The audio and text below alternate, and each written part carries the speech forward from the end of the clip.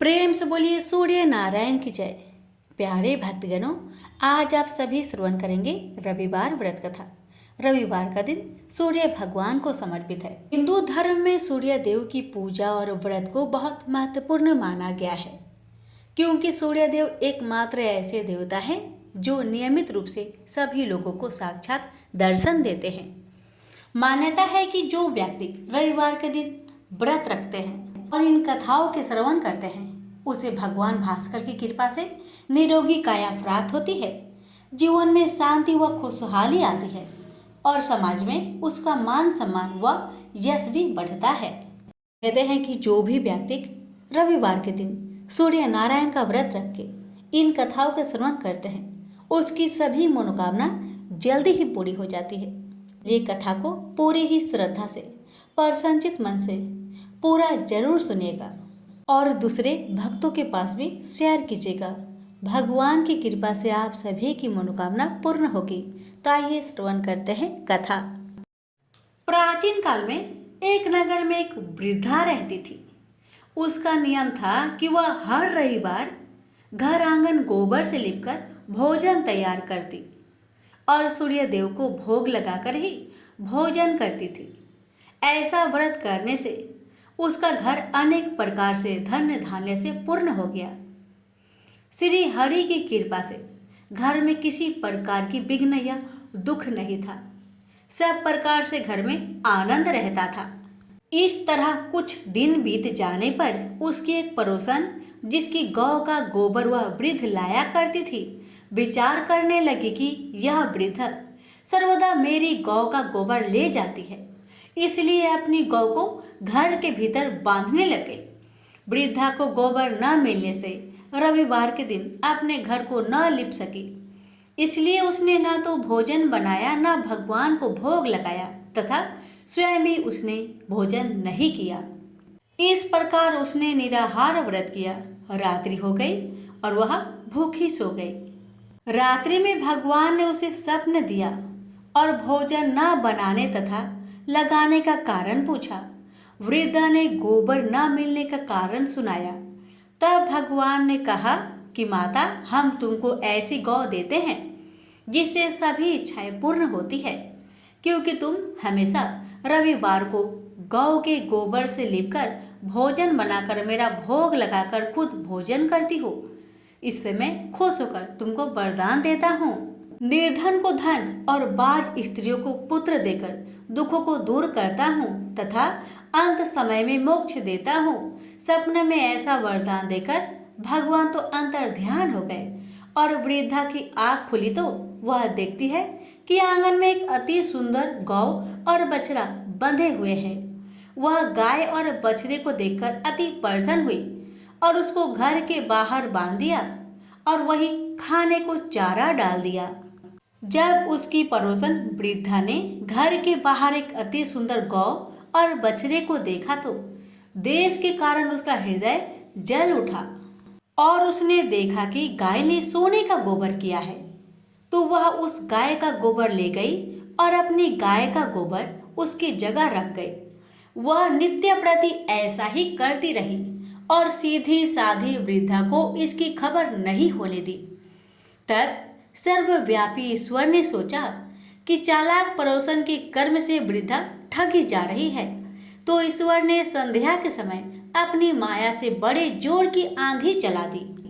वृद्धा ने आंधी के भय से अपनी गौ को भीतर बांध लिया। प्रातःकाल जब वृद्धा ने देखा कि गौ ने सोने का गोबर दिया, तो उसके आश्चर्य की सीमा ना रही और वह प्रतिदिन गौ को घर के भीतर ही बांधने लगी। उधर पड़ोसन ने देखा कि बुढ़िया गौ को घर के भीतर बांधने लगी है और उसका सोने का गोबर उठाने का दांव नहीं चलता, तो वह ईर्ष्या और डाह से जल उठी और कुछ उपाय न देखकर पड़ोसन ने उस देश के राजा की सभा में जाकर कहा, महाराज, मेरे पड़ोस में एक वृद्धा के पास ऐसा गौ है जो आप जैसे राजा के ही योग है। वह नित्य सोने का गोबर देती है। आप उस सोने से प्रजा का पालन करिए। वह वृद्धा इतने सोने का क्या करेगी? राजा ने यह बात सुनकर अपने दूतों को वृद्धा के घर से गऊ लाने की आज्ञा दी। वृद्धा प्रातः ईश्वर का भोग लगा भोजन ग्रहण करने जा ही रही थी कि राजा के कर्मचारी गऊ को खोलकर ले गए। वृद्धा काफी रोई चिल्लाई, किंतु कर्मचारियों के समक्ष कोई क्या कहता। उस दिन वृद्धा गौ के वियोग में भोजन न खा सकी और रात भर रो रो कर ईश्वर से गौ को पुनः पाने के लिए प्रार्थना करती रही। उधर राजा गौ को देखकर बहुत प्रसन्न हुआ, लेकिन सुबह जैसे ही वह उठा सारा महल गोबर से भरा दिखाई देने लगा। राजा यह देख घबरा गया। भगवान ने रात्रि में राजा को सपने में कहा कि हे राजा, गाय वृद्धा को लौटाने में तेरा भला है। उसके रविवार के व्रत से प्रसन्न होकर मैंने उसे गाय दी थी। प्रातः होते ही राजा ने वृद्धा को बुलवाकर बहुत से धन के साथ सम्मान सहित गौ बछड़ा लौटा दिया। उसकी पड़ोसिन को बुलाकर उचित दंड दिया। इतना करने के बाद राजा के महल से गंदगी दूर हो गई। उसी दिन से राजा ने नगरवासियों को आदेश दिया कि राज्य की तथा अपनी समस्त मनोकामनाओं की पूर्ति के लिए रविवार का व्रत रखा करो। व्रत करने से नगर के लोग सुखी जीवन व्यतीत करने लगे। कोई भी बीमार तथा प्रकृति का प्रकोप उस नगर पर नहीं होता था। सारी प्रजा सुख से रहने लगे। प्रेम से बोलिए सूर्य नारायण की जय। सूरज भगवान रोज उठते और जग में प्रकाश देने चले जाते। एक दिन भगवान को लगा कि राणा दे सुखती चली जा रही है, तो राणा दे से पूछा कि तुम्हारे मन में क्या है। राणा दे बोली, मेरे मन में खीर खांड के भोजन की इच्छा है। भगवान बोले, मांगा भी तो क्या मांगा, ये तो हम रोज ही खाते हैं। राणा दे बोली, भगवान आप खीर खांड के भोजन जिमते हो, मैं तो खट्टी रब जिमती हूँ। भगवान बोले, राणा दे तुम झूठ बोलती हो। एक जैसा भोजन मेरी माँ हमको देती है। राणा दे बोली, सुबह आप मेरी थाली ले लेना, मुझे अपनी थाली दे देना, फिर आपको सब पता लग जाएगा। दूसरे दिन जिमते समय भगवान ने पानी के गिलास को टक्कर देकर गिरा दिया। माताजी बोली, तुम मत उठो, मैं दूसरा गिलास भर देती हूँ। माताजी गई। इतने में भगवान ने थालियाँ बदल दी। राणा दे ने तो जल्दी ही खीर खांड के भोजन कर लिए, पर सूरज भगवान को खट्टी राब भाई नहीं और थाली पर बैठे रहे। माताजी बोली, आज इतनी देर क्यों लगा दी।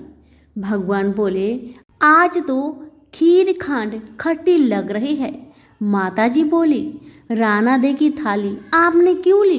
भगवान कहने लगे, माँ अपने घर में आप 2 जने और मैं जिसमें भी 2 भात, मैं नियम पालन वाला और मेरे ही घर में ऐसा होता है तो दुनिया में क्या होता होगा। घर में सबका खाना एक जैसा बनाओ। वहाँ से वो कुम्हार के यहाँ गए और बोले, 2 पेट की हांडी किस कुम्हार ने बनाई। रतन कुम्हार को लगा आज तो भगवान आए हैं, माँ जी तो 1 टका देती है, ये 2 टका देंगे। और कुम्हार बोला, मैंने बनाई। भगवान बोले, आज के बाद 2 पेट की हांडी बनाए तो तेरे सहस्त्र पेट कर दूंगा। कुम्हार बोला, मेरा तो 1 पेट भरना मुश्किल है, सहस्त्र हो गए तो मैं क्या करूंगा। मैं अब 2 पेट की हांडी नहीं बनाऊंगा। इस तरह सूरज भगवान ने दुभांड मिटाई। तो सभी मिलकर बोलिए सूरज भगवान की जय हो।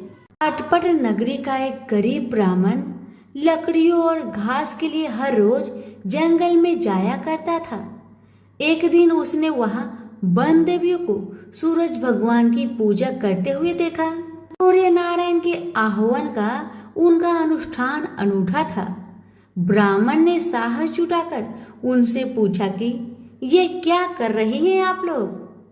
तब उन्होंने उत्तर दिया, यह सूर्य नारायण का अनुष्ठान है। ब्राह्मण ने कहा, मुझे भी इसकी विधि बताइए।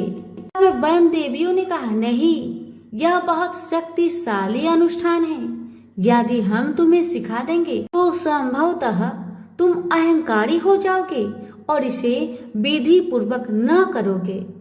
ब्राह्मण ने वचन दिया, नहीं नहीं, मैं ऐसा बिल्कुल नहीं करूंगा। मैं विनम्रता पूर्वक संपूर्ण विधि का भली भांति पालन करूंगा।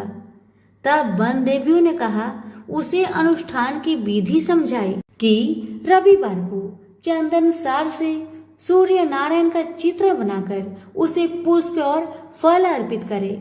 उसके बाद 6 महीने तक हर रविवार को वह ऐसा ही करे। फिर उसके अगले 6 महीने गरीबों को दान करे। ब्राह्मण घर गया और रविवार से अनुष्ठान प्रारंभ कर दिया। उसके अनुष्ठान से सूरज भगवान बहुत प्रसन्न हुए। धन धान्य से ब्राह्मण का घर भर गया। उसे बहुत प्रसिद्धि प्राप्त हुई। एक दिन रानी ने उसे बुलवाया। राजमहल में जाते समय भय से उसकी टांगे कांप रही थी। रानी ने उसे बैठने को आसन दिया और सहृदयता से कहने लगी, डरने की कोई बात नहीं है। हमने आपको इसलिए बुलाया है कि हम चाहते हैं आप अपनी बेटियां हमें दे दे। ब्राह्मण सिसकते हुए कहा, मेरी बेटियां बहुत तंगी में बड़ी हुई है। राजवंश में उनके साथ चाकरों के समान आप व्यवहार करेंगी। रानी ने उसे आश्वस्त किया कि नहीं नहीं, ऐसी बात नहीं है, आप चिंता न करें, उनके साथ राजसी व्यवहार किया जाएगा। एक का राजा से विवाह होगा और दूसरी का मंत्री से होगा। ब्राह्मण ने खुशी खुशी रानी का प्रस्ताव स्वीकार कर लिया। शीघ्र ही विवाह हो गए और ब्राह्मण की बिटिया ससुराल चली गई।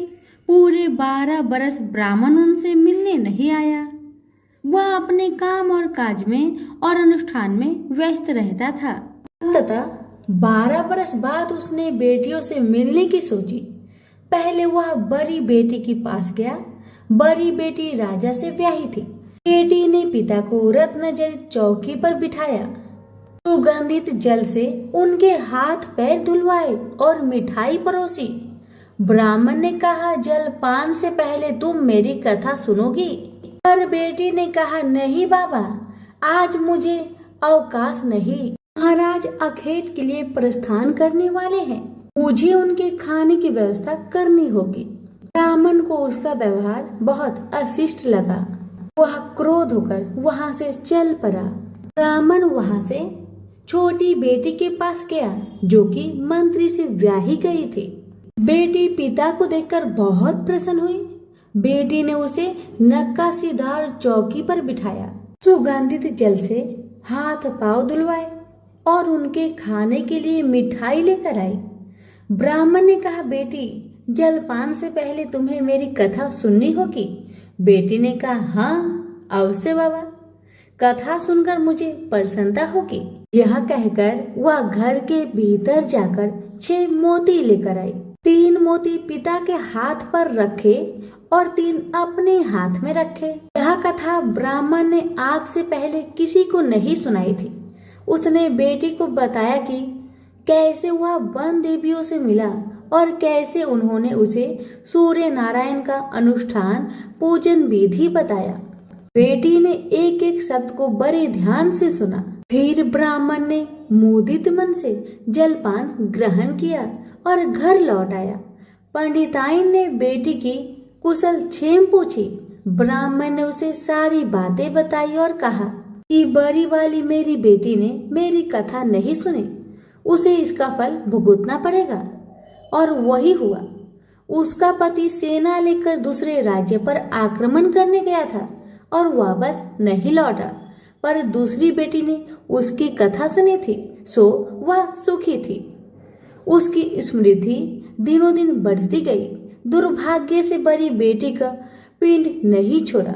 उसके लिए एक एक दिन काटना दूभर हो गया था। एक दिन उसने अपने बड़े बेटे से कहा, घर में कुछ नहीं है, अपनी मौसी के पास जाओ और कोई उपहार लेकर आओ। वह जो दे घर ले आना। अगले रविवार को राजकुमार मौसी के घर गया। वहां वह तालाब पर गया और स्नान करने आई औरतों से पूछा, तुम किसके यहाँ काम करती हो?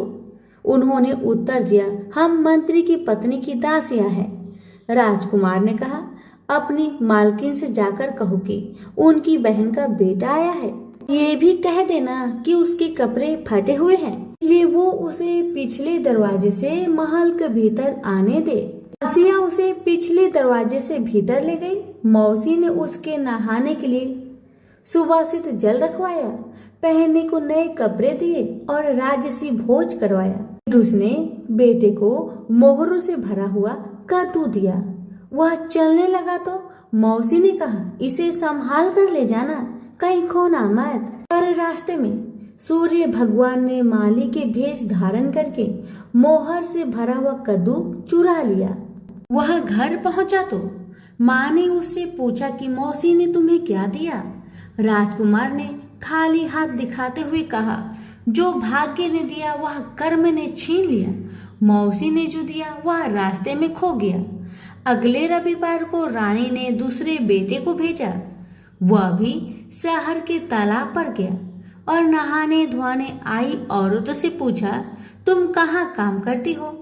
औरतों ने कहा, हम मंत्री की पत्नी की दासियां हैं। अपनी मालकिन से कहो कि उसकी बहन का बेटा आया है। और उसे भी पिछले दरवाजे से भीतर ले जाया गया। नहाने और नए कपड़े पहनने के बाद राजकुमार ने भोजन किया।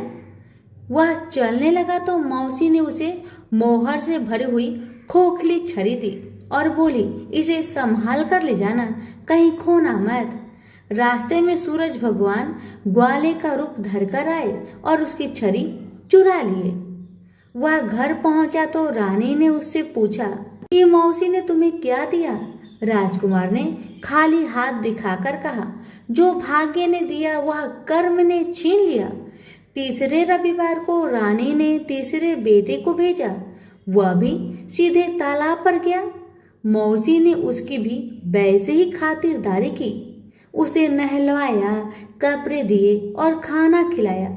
चलते समय उसने उसे मोहर से भरा हुआ खोखला नारियल दिया और कहा, इसे संभाल कर ले जाना, खोना मत। रास्ते में राजकुमार कुएं की जगह पर सुस्ताने के लिए रुका। जैसे ही उसने नारियल जगत पर रखा, वह लुढ़क कर कुएं में गिर गया। छपाक। वह घर पहुंचा तो रानी माँ ने पूछा कि वह क्या लाया है? राजकुमार ने जवाब दिया, जो भाग्य ने दिया वह कर्म ने छीन लिया। चौथा राजकुमार गया, तभी वही हुआ। उसे मोहर से भरा हुआ कुल्हड़ मिला, जिसे सूर्य नारायण चील बनकर झपट ले गए। पांचवें रविवार को रानी खुद गई और जाकर तालाब पर खड़ी हो गई। छोटी बहन उसे खुद लेने के लिए आई और पिछले दरवाजे से घर में ले गई। नहलाने के बाद बताया कि उसकी विपत्ति का कारण यह है कि उसने बाबा की कथा सुनने से मना कर दिया था। फिर उसने दीदी को पूरी कथा सुनाई। रानी ने बहुत ध्यान से कथा सुनी और रविवार व्रत करने तक बहन के पास ही रही। और दोनों बहनें बहुत ही श्रद्धा भक्ति के साथ सूरज भगवान की आराधना करती। रानी का अनुष्ठान पूरा भी नहीं हुआ था कि उसके दिन फिर गए। से समाचार मिला कि वर्षों की युद्ध के बाद उसके पति विजयी होकर अकूट धन लेकर साथ लौट रहे हैं।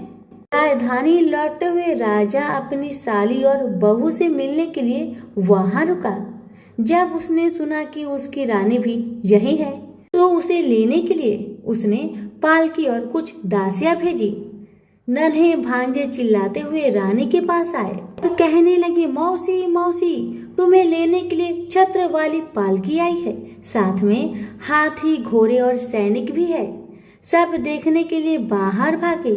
बरसों की विरह और व्यथा के उपरांत राजा और रानी ने एक दूसरे का हालचाल पूछा। बहनों ने एक दूसरे को मूल्यवान उपहार और रेशमी वस्त्र दिए। अगले दिन राजा और रानी ने अपने राजधानी के लिए प्रस्थान किया। पहले पड़ाव पर जब खाना बन गया तो रानी ने राजा के लिए और अपने लिए थाल परोसे। तभी उसे बहन से सुनी हुई कथा याद आई। उसने नौकरों को आदेश दिया कि वे पास के गांव में जाए और किसी निर्धन को लाए जो भूखा हो। गांव में उन्हें ऐसा कोई नहीं मिला, पर वापस आते समय उन्हें एक भूखा लकड़हारा मिल गया। वे उन्हीं को रानी के पास ले आए। रानी ने 6 मोती निकाले, 3 लकड़हारे को दिए और 3 अपने हाथ में रखे। फिर रानी ने उसे अपने पिता और वन देवियों की कथा सुनाई। लकड़हारे का रोम रोम कान बन गया। कथा सुनते ही उसके गड्ढर की सारी लकड़ियां सोने की हो गई। उसने शपथ ली कि वह पूर्ण विधि विधान से सूर्य नारायण का अनुष्ठान करेगा, बिल्कुल वैसे ही जैसे वन देवियों ने ब्राह्मण को सिखाया था। अगले दिन राजा रानी ने दल बल के साथ फिर पड़ाव डाला। खाना बन गया तो रानी ने राजा के लिए और अपने लिए खाना परोसकर सेवकों को किसी निर्धन और भूखे को लाने का आदेश दिया। आज वे एक किसान को लाए जिसकी फसल मुरझा गई थी और कुआं सूख गया था। रानी ने 6 मोती निकाले, 3 किसान को दिए और 3 अपने हाथ में रखे। फिर उसने उसे अपने पिता और वन देवियों की कथा सुनाई।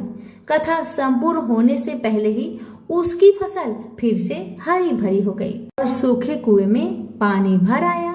वापस जाते समय उल्सित किसान ने शपथ ली कि वह संपूर्ण विधि विधान के साथ सूर्य नारायण का अनुष्ठान करेगा, जैसा कि वन देवियों ने ब्राह्मण को सिखाया था। तीसरे पड़ाव पर रानी ने एक बुढ़िया को सूरज भगवान की कथा सुनाई। बुढ़िया का बेटा जंगल में खो गया था, दूसरा तालाब में डूब गया था और तीसरा सांप काटने पर मर गया था। रानी की कथा सुनते ही बुढ़िया के तीनों बेटे एक एक करके पड़ाव पर आ गए। बुढ़िया खुशी के आंसू बहाते हुए वहां से गई। उसने प्रण किया कि वह सूरज भगवान की उसी विधि से आराधना करेगी जो वन देवियों ने ब्राह्मण को सिखाया था। चौथे पड़ाव पर रानी के चाकर एक हाथ पांव विहीन आदमी को लाए। उसकी आंखें इतनी कमजोर थी कि उसे मुश्किल से ही कुछ दिखता था, यहाँ तक कि उसका कोई नाम भी नहीं था। लोग उसे लोथ कहते थे। चाकरों ने उसे जब देखा तब वह मुंह के बल पड़ा था। वे उसे उठाकर पड़ाव पर ले आए। रानी ने उसे नहलवाया और नए कपड़े पहनने को दिए। फिर उसने 6 मोती निकाले, 3 लोथ के पेट पर रखे और 3 अपने हाथ में रखे। फिर उसने उसे अपने पिता और वन देवियों की कथा सुनाई। अपाहिज आदमी ने पूरा श्रद्धा से कथा को सुना। कथा सुनते ही उसके हाथ पैर निकल आए और इसके आंखों की ज्योत भी लौट आई। वो भी जाते समय अति प्रसन्न होकर गया।